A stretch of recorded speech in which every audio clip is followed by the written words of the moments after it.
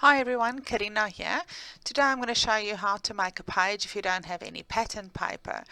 I wanted to create a page using yellow, teal and green, and I had no such papers in my stash. So what's a girl to do? Just make your own, and there you can see some close-ups. Let's get started. First of all, I chose my weapons of choice. I've got some twinklings, I've got some Primacolor blue mists, and I just add the colors to my craft sheet, and then I mist them with some water. Now the papers I'm using, we call it a technique cardstock. It's got a bit of a coating, and it's about a 250 GSM, so it doesn't just suck up the ink. Next I'm moving on to my green. Here I'm using some silks and some Primacolor bloom. I like the two colors together. Once again, I just give it a good mist so that it's nice and wet, and then I just literally dip and drag and give it a little bit of twist. You don't want to just press the paper into the ink. There's my teal, and I only used one color here. This is a custom mix I made with some Stream Adirondack, and now I'm going to grab my heat gun and I just really want to dry it nicely. You never want to work with wet paper. The next step, I'm using the same colors. This is my silk.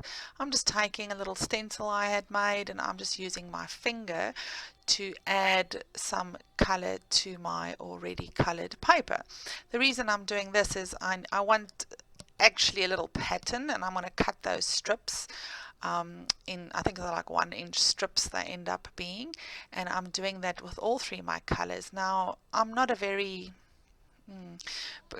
person that worries too much about cleaning things before I go to the next step, but in this instance I actually did. So I cleaned off my stencil before I went to the yellow, and I should have done the yellow first, I think, because I always do the light colors first, but I didn't do it in this instance. Now, if you want to do the next step with your finger, you need to make sure your finger is clean. The way I do it, I just wash it and then I actually test it on a white piece of paper. You can see what I did in the previous step, and I'm just repeating this, and I'm actually using Twinkling H2Os. They have a fantastic shimmer. The last coloring stencil technique, obviously I can't just take my finger and put liquid wet stuff through it. You probably can, but I'm using a jumbo dauber from Tukaneko to just pick up some of the ink, and then I'm just quickly blending it through my stencil. It's really quick and easy. There you can see my 3 colored strips, and I'm going to create all my elements from that. So I grabbed some stash, got some stamps and some flowers and everything. I might not use all of them, but there you can see I tried to use those stamps on a block and they just kept falling off. So all I did was I just used my fingers, and because I'm just going to cut those circles out, I'm not too worried that they need to be absolutely perfect. And I know I'm a little off screen here. This is my first video. So there you can see I've got all my elements, stamped butterflies and all the colors and the circles. So I'm just cutting out all those elements. There's my photo. It's a really old photo that I found of my granny and grandfather on the beach in Durban, South Africa, around about 1939, I think. I also used one of my favorite stamps from 49 and Market. I know I just used it last week, but I'm using it again because it's absolutely perfect. You can see I'm cutting out my elements. It's really important that you remember that your papers need to be dry.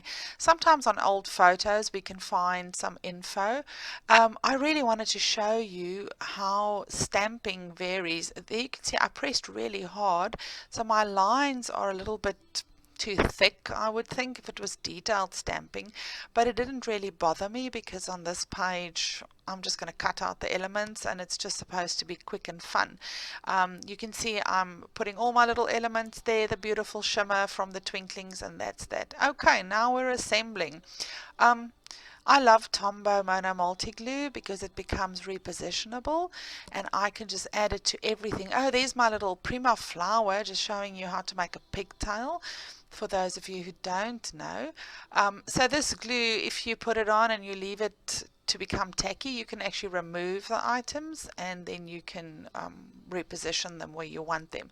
So I tend to put glue on all my elements and then I just leave it, go have a cup of tea for about 10 to 15 minutes, and then when you come back you can actually reposition it. Of course, if you know exactly where everything must go, you can just stick it down. So I waited about 20 minutes. I think we first had supper, and then I came back and I just assembled everything. You can see I glue everything. There's my completed page. I trimmed down those little banners a little bit. I add some stamping. There's my butterfly. I did journaling, and I just used my freehand to create a border around the page. It was really a quick page. Add some glitter, added some bling, and that's it. Hope you enjoyed it.